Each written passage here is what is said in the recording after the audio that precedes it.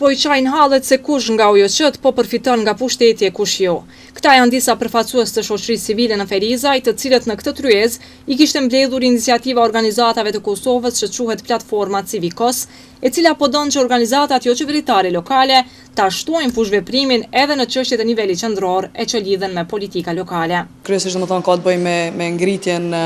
dhe fuqizimin e organizatave shoqërisë civile në Kosovë apo në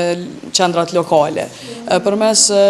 platformës Civikos ose qendrave rajonale të platformës Civikos kemi dashur të identifikojmë nevojat e organizatave shoqërisë civile në rajonet të ndryshme të Kosovës përmes qendrave rajonale të Civikosit. Dhe çka po vleni cilat janë nevojat në bazë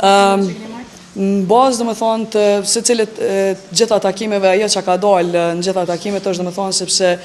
në farë mënyrë afërsia e organizatave shoqërisë civile, disa organizatave shoqërisë civile me pushtetet lokale. Në anën tjetër edhe problemi financiar besojnë që ka të bëjë me afrimin e organizatave në partitë politike ose politizimin e organizatave në mënyrë të thithjes së fondeve sidomos nga autoritetet lokale ose nga ministritë e ndryshme të qeverisë Kosovës, po besojmë domethënë që me fuqizimin e rolit të shoqërisë civile këta kanë kanë me ndërmarrë masa në preventimin apo parandalimin që organizatat e shoqërisë civile të arrujnë pavarësinë e vet. Njëra nga organizatat e Ferizajt e cila bën pjesë në Civikos është IMPO. Përfaqësues të kësaj OJC-je thanë se shoqëria civile në Ferizaj ka një numër të madh organizatash, të cilat synojnë që rolin e tyre ta fuqizojnë edhe më shumë, por që në mungesë të fondeve dhe resurseve njerëzore bën që të ketë ngecje. Faktikisht deri më tani kanë bërë vetëm shpërndarjen e informatave në mënyrë që duke shpërndarë udhëzimet administrative të cilat kanë rrjedh si propozime nga qeveria e Kosovës, mande janë shpërndarë organizatat jo qeveritare, ato kanë dhënë gjatë kësaj periudhe kanë dhënë propozimet e tyre, çka prikin fushat e tyre, edhe në këtë mënyrë ne i kemi shpërndarë sërish tek ato, edhe kështu që besoj që do të jetë një bashkëpunim i mirë në mes të organizatave jo qeveritare edhe qeverisë Kosovës në mënyrë që këto të